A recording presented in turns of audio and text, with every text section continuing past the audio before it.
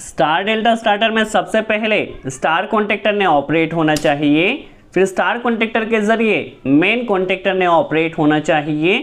अब इस टाइमर में जितना टाइम सेट किया गया है तब तक मेन और स्टार कॉन्टेक्टर ने ऑपरेट रहना चाहिए। जैसे ही टाइमिंग कंप्लीट होता है डेल्टा कॉन्टेक्टर ने ऑपरेट हो जाना चाहिए।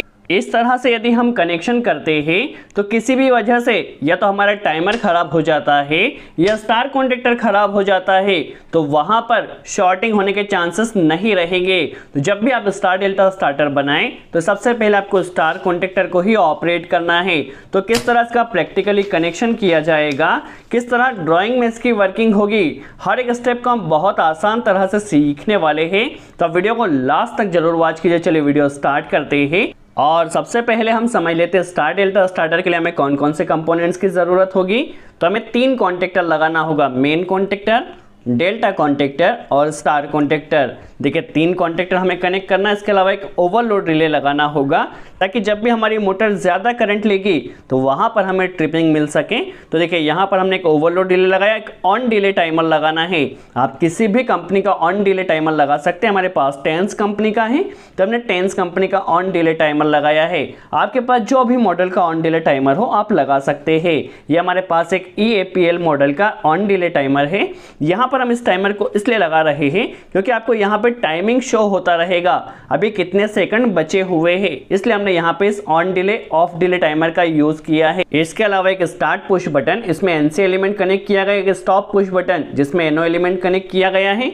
3 इंडिकेटर हमने लगाए हैं। जब हमारा स्टार्टर स्टार्ट होगा तो रेड इंडिकेटर ब्लिंक होगा, स्टार्टर स्टॉप होगा तो ग्रीन इंडिकेटर ब्लिंक होगा, और एक ट्रिप के लिए हमने ब्लू इंडिकेटर लगाया है। जब भी हमारा ओवरलोड रिले ट्रिप होगा तो ब्लू इंडिकेटर ने ब्लिंक करना चाहिए। तो 3 इंडिकेटर हमने लगाया है और इसके अलावा एक कंट्रोल MCB हमने लगाया है।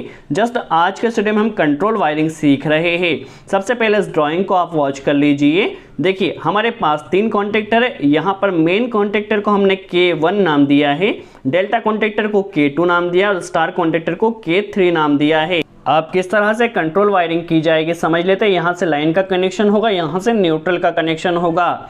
देखिए हमारे पास जो लाइन वायर है सबसे पहले ओवरलोड रिले में जाएगा। ओवरलोड रिले का जो आउटपुट होगा NC पुश बटन में, फिर NO पुश बटन में आएगा। देखिए हम पहले इतनी कंट्रोल वायरिंग कर लेते हैं, आप वीडियो को केयरफुली वॉच कीजिए। देखिए MCB में यहाँ पे इनपुट पावर सप्लाई आ रही है। सबसे पहले हमें फेज़ की वायरिंग करना है। तो फेज़ वायर देखिए MCB में हम पहले कनेक्ट कर लेते हैं। देखिए यहाँ से हमारा जो फेज़ वायर होगा सबसे पहले ओवरलोड रिले के 95 नंबर पॉइंट जो NC पॉइंट है, NC पॉइंट में कनेक्ट होगा। NC का जो आउटपुट है 96 नंबर पॉइंट, 96 नंबर पॉइंट से हमें एक कनेक्टर कनेक्ट कर लेना है और इस कनेक्टर को stop push button NC element में कनेक्ट करना होगा। चलिए हमारे पास स्टॉप पुश बटन में देखिए NC एलिमेंट कनेक्ट किया, स्टार्ट पुश बटन में NO एलिमेंट कनेक्ट किया गया है। देखिए इस कनेक्टर को जो ओवरलोड रिले से आया है इसे हम NC पुश बटन में इनपुट पे कनेक्ट कर देते हैं। अब NC का जो आउटपुट रहेगा, देखिए यहाँ पे 2 नंबर पॉइंट्स हैं। NC का आउटपुट हमारे पास जो NO एलिमेंट है, स्टार्ट पुश बटन एलिमेंट, इसमें इनपुट में कनेक्ट होगा। अब हम आगे का कनेक्शन ड्राइंग में देख लेते हैं। तो देखिए हमारे पास जो start push button NO element है इसके ही पैरेलल में K1 कॉन्टेक्टर जो मेन कॉन्टेक्टर है, मेन कॉन्टेक्टर के NO को कनेक्ट करना है या हम होल्डिंग के लिए कनेक्ट कर रहे हैं। तो हम क्या करते हैं, जो हमारे पास NO का इनपुट सिरा है ये हमारे पास होल्डिंग सप्लाई है। इस होल्डिंग सप्लाई को हमारे पास जो कॉन्टेक्टर का 13 नंबर पॉइंट NO पॉइंट है इस NO पॉइंट में कनेक्ट कर देना है। तो सबसे पहले हम स्टार्ट पुश बटन का जो इनपुट सिरा है ये हमारी होल्डिंग सप्लाई होगी। तो होल्डिंग सप्लाई में एक कनेक्टर हमें कनेक्ट करना है और इस कनेक्टर को ले जाकर कॉन्टेक्टर के 13 नंबर पॉइंट में कनेक्ट कर देना है। चलिए ये हमारी होल्डिंग सप्लाई हो चुकी है यहाँ पर। और अब हमें क्या करना होगा, जो हमारे पास पुश बटन का आउटपुट टर्मिनल है, आउटपुट टर्मिनल से एक कनेक्टर हमें कनेक्ट करना है और इसे 14 नंबर पॉइंट में कनेक्ट कर देना है। चलिए कनेक्टर हम कनेक्ट कर इसे 14 नंबर में कनेक्ट कर देते हैं। ये हम जो कनेक्शन कर रहे हैं जस्ट होल्डिंग के लिए कर रहे हैं ताकि हमारा मेन कॉन्टेक्टर होल्ड रहे। अब इसे हम जो हमारे पास स्टार्ट पुश बटन है इसके आउटपुट में कनेक्ट कर देते हैं। जस्ट हमने स्टार्ट पुश बटन के पैरेलल में जो हमारे पास कॉन्टेक्टर का NO टर्मिनल है उसे कनेक्ट किया है। चलिए ये तो हमारा पैरेलल कनेक्शन हो गया। अब जैसे ही स्टार्ट पुश बटन को प्रेस किया जाएगा, पहले हम ड्राइंग में देख लेते हैं। जैसे ही स्टार्ट पुश बटन को प्रेस किया तो स्टार्ट पुश बटन के प्रेस करते ही टाइमर ने ऑपरेट होना चाहिए। तो हम टाइमर की कॉइल जो A1 कॉइल है उसमें अभी सप्लाई कनेक्ट कर देते हैं।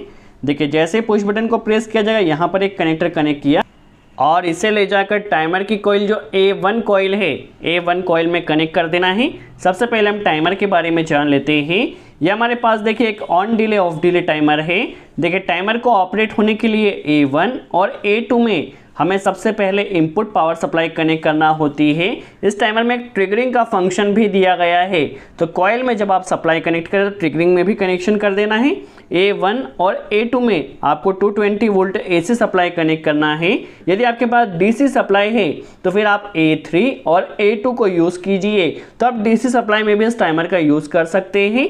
देखिए यहाँ पे ट्रिगरिंग के लिए आपको 24 वोल्ट से लेकर के 220 वोल्ट AC सप्लाई तक कनेक्ट कर सकते हैं। आप अदर कोई भी टाइमर यूज़ कर लीजिए, ऐसा कोई फंक्शन नहीं है। हमारे पास ये टाइमर अवेलेबल था तो हमने इस टाइमर का यूज़ किया। अभी हमें देखिए टाइमर को ऑपरेट होने के लिए A1 और A2 में कनेक्शन करना है। इस टाइमर में 2 नंबर जो पॉइंट है वो कॉमन पॉइंट है। 2 के साथ 1 NC पॉइंट है और 2 के साथ 3 NO पॉइंट है। देखिए 2 कॉमन है, 1 इसके साथ NC में है और 3 नंबर पॉइंट NO में है।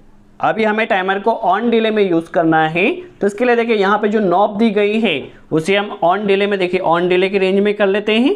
तो सबसे पहले से ऑन डिले की रेंज में हमें नॉर्मली 10 सेकंड की ज़रूरत होगी, तो 9.9 सेकंड पर इसे सेट कर देते हैं।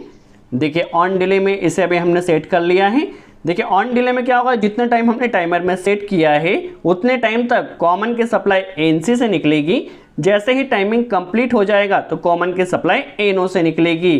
देखिए अभी हमने क्या किया, पुश बटन के आउटपुट से जो वायर आया है उसे हम A1 में कनेक्ट कर लेते हैं।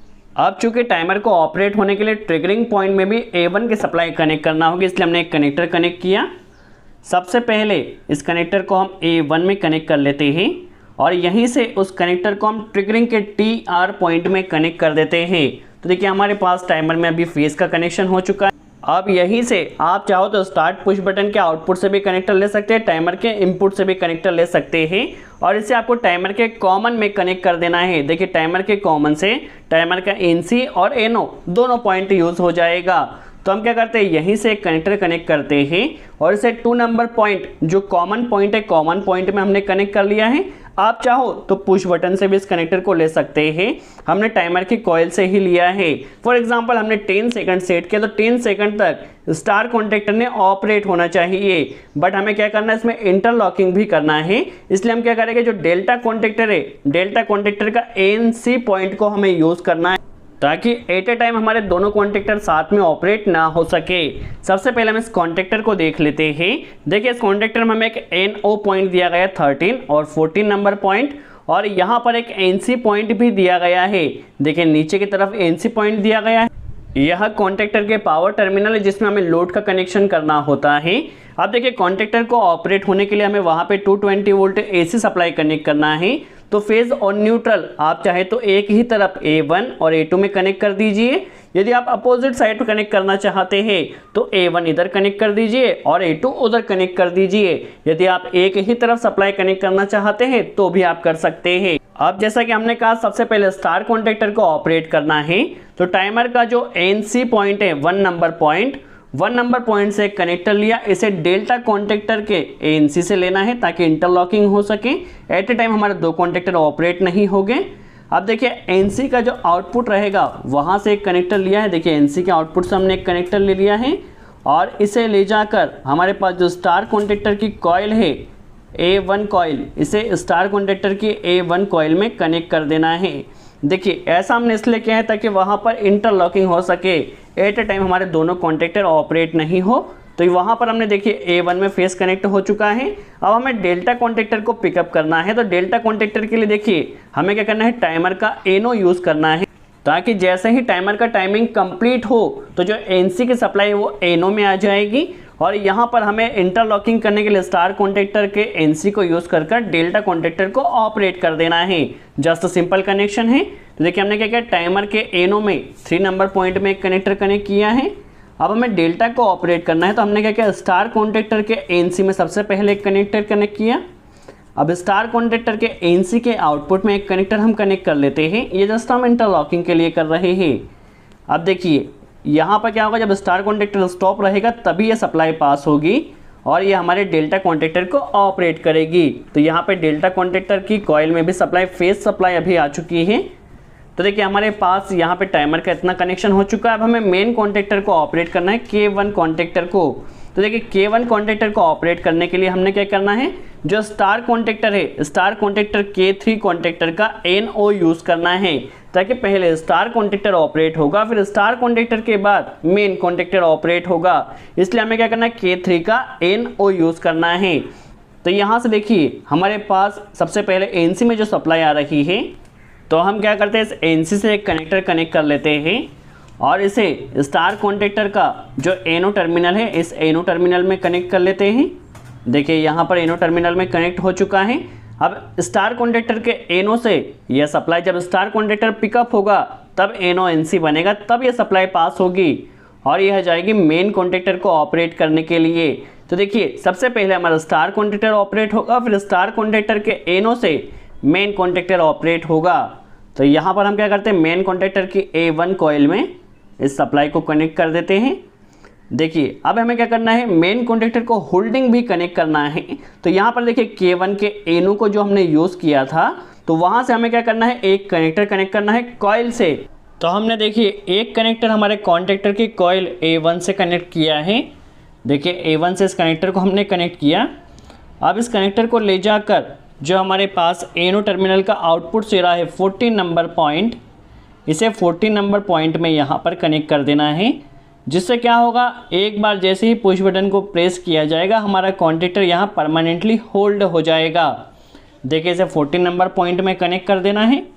अब क्या होगा, जब पुश बटन को प्रेस किया जाएगा तो पुश बटन को प्रेस करने से क्या होगा, हमारा कॉन्टेक्टर ऑपरेट होगा। कॉन्टेक्टर का ऑपरेट होने से NO NC बनेगा और यहाँ पर कंटिन्यू होल्डिंग सप्लाई आ रही है, तो हमारा जो कॉन्टेक्टर वो परमानेंटली होल्ड हो जाएगा। तो यह तो हमारी कंप्लीट फेज वायरिंग हो चुकी है। अब हमें न्यूट्रल कनेक्शन करना है।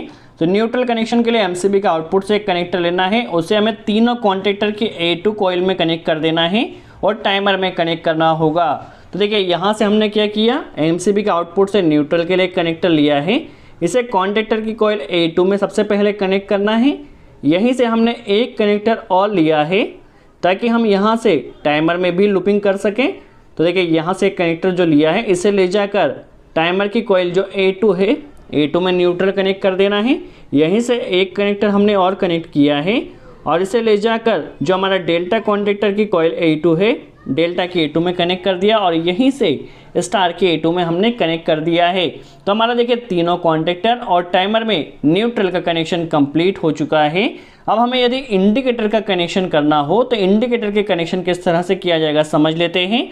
सबसे पहले देखिए इंडिकेटर के कनेक्शन के लिए हमें वहाँ पर एक add on block main contactor पे कनेक्ट करना होगा। देखिए हम यहाँ पे एक एड ऑन ब्लॉक कनेक्ट कर देते हैं, क्योंकि हमें इंडिकेटर कनेक्शन के लिए एक NO और एक NC की ज़रूरत होगी। तो हमें क्या करना है, सबसे पहले इंडिकेटर कनेक्शन के लिए सप्लाई कहाँ से लेना होगी। तो सप्लाई देखिए जो ओवरलोड रिले का NC पॉइंट है 95 नंबर पॉइंट, यहाँ से हमें सप्लाई लेना है और एड ऑन ब्लॉक में जो आपका NC और NO टर्मिनल है दोनों में लूप कर देना है। तो किस तरह से वायरिंग होगी वह भी हम समझने वाले। सबसे पहले हम क्या करते हैं, कनेक्टर लेते हैं, इसे ओवरलोड रिले के 95 नंबर पॉइंट पर कनेक्ट किया।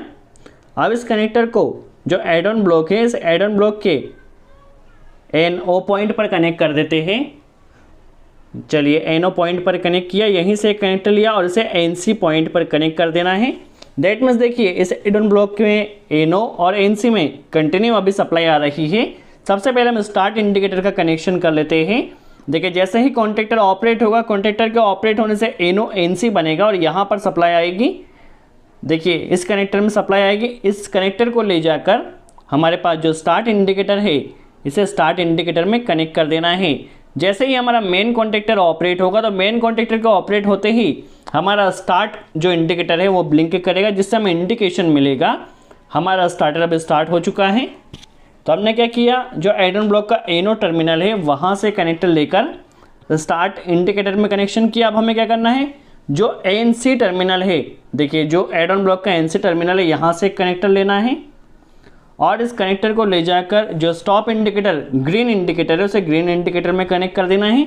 जब हमारा मेन कॉन्टेक्टर स्टॉप रहेगा तो ANC से सप्लाई पास होगी और ये हमारा स्टॉप इंडिकेटर में कनेक्ट होगा, जिससे हमें इंडिकेशन मिलेगा स्टार्टर स्टॉप हो चुका है। अब ट्रिप इंडिकेटर के लिए यहाँ पर देखिए जो ओवरलोड रिले में आपके पास एक्स्ट्रा जो एनो पॉइंट है 97 नंबर पॉइंट, इसे 97 पॉइंट नंबर में आपको कनेक्ट कर देना है। जैसे ही आपका ओवरलोड रिले ट्रिप होगा तो 97 की सप्लाई 98 में आएगी, तब हमने क्या करना है 98 में एक कनेक्टर को कनेक्ट करना है। जैसे ही ओवरलोड रिले ट्रिप होगा तो सप्लाई यहाँ पर आएगी और इसे ले जाकर ट्रिप इंडिकेटर जो ब्लू इंडिकेटर है इस इंडिकेटर में कनेक्ट कर देना है। तो ट्रिप होने पर हमारा ब्लू इंडिकेटर वहाँ पर ब्लिंक करेगा। अब हमें इसमें भी न्यूट्रल कनेक्ट करना होगा, तो न्यूट्रल हम चाहे तो MCB से भी ले सकते हैं या कॉन्टेक्टर में जहाँ से भी आप लेना चाहे ले सकते हैं। हम MCB से एक कनेक्टर सबसे पहले कनेक्ट कर लेते हैं। चलिए न्यूट्रल का कनेक्टर कनेक्ट किया और इस कनेक्टर को हमारे पास जो तीनों इंडिकेटर है तीनों इंडिकेटर में लूप कर देना है। चलिए यहाँ पर हम इसमें लूप करने के लिए एक कनेक्टर और कनेक्ट कर लेते हैं। सबसे पहले ट्रिप इंडिकेटर में न्यूट्रल आ जाएगा और यहीं से लूपिंग कर तीनों इंडिकेटर में भी न्यूट्रल का कनेक्शन हो जाएगा। तो यहाँ पर हमारा स्टार डेल्टा स्टार्टर की कंट्रोल वायरिंग कंप्लीट हो चुकी है और इंडिकेटर का कनेक्शन भी कंप्लीट हो चुका है। अब किस तरह से इसकी वर्किंग रहेगी हम प्रैक्टिकली समझ लेते हैं। चलिए स्टार्टर की टेस्टिंग करने के लिए सबसे पहले हम कंट्रोल MCB को ऑन कर लेते हैं। अब किस तरह से वर्किंग होगी समझ लेते हैं। सबसे पहले देखिए ऑफ इंडिकेटर ब्लिंक कर रहा है, दैट मीन्स स्टार्टर अभी ऑफ कंडीशन में। जैसे स्टार्ट पुश बटन को प्रेस किया मेन और स्टार कॉन्टेक्टर ऑपरेट हो चुका है और स्टार्ट इंडिकेटर भी ब्लिंक कर रहा है। जैसे ही टाइमिंग कंप्लीट होगी हमारा स्टार कॉन्टेक्टर स्टॉप हो जाएगा और डेल्टा कॉन्टेक्टर पिकअप होगा। देखिए डेल्टा कॉन्टेक्टर और मेन कॉन्टेक्टर अब रन कर रहा है। देखिए यहाँ से स्टार्टर को हम स्टॉप कर सकते हैं। देखिए स्टॉप इंडिकेटर ब्लिंक कर रहा है। स्टार्ट जैसे ही हमने किया मेन और स्टार कॉन्टेक्टर ऑपरेट हुए हैं। जैसे ही टाइमिंग कंप्लीट होगा हमारा डेल्टा कॉन्टेक्टर वहाँ पर ऑपरेट हो जाएगा। देखिए डेल्टा कॉन्टेक्टर ऑपरेट हो चुका है। यदि आप टाइमिंग कम करना चाहें तो टाइमिंग यहाँ से आप मैनुअली कम कर सकते हैं। यदि आप कोई अदर टाइमर का यूज़ कर रहे हैं तो किसी भी ऑन डिले टाइमर का यूज़ कर सकते हैं। देखिए अभी हमने 5 सेकंड सेट कर दिया है। अब 5 सेकंड बाद हमारा डेल्टा कॉन्टेक्टर ऑपरेट हो जाएगा और स्टार वहाँ पर स्टॉप हो जाएगा। देखिए इस तरह से इसकी वर्किंग होगी। सो आई होप आपको क्लियर हुआ हो star delta starter complete control wiring किस तरह की जाती है। यदि वीडियो अच्छा लगा हो तो लाइक का बटन ज़रूर प्रेस करें। सो आज के लिए इतना ही। थैंक्स।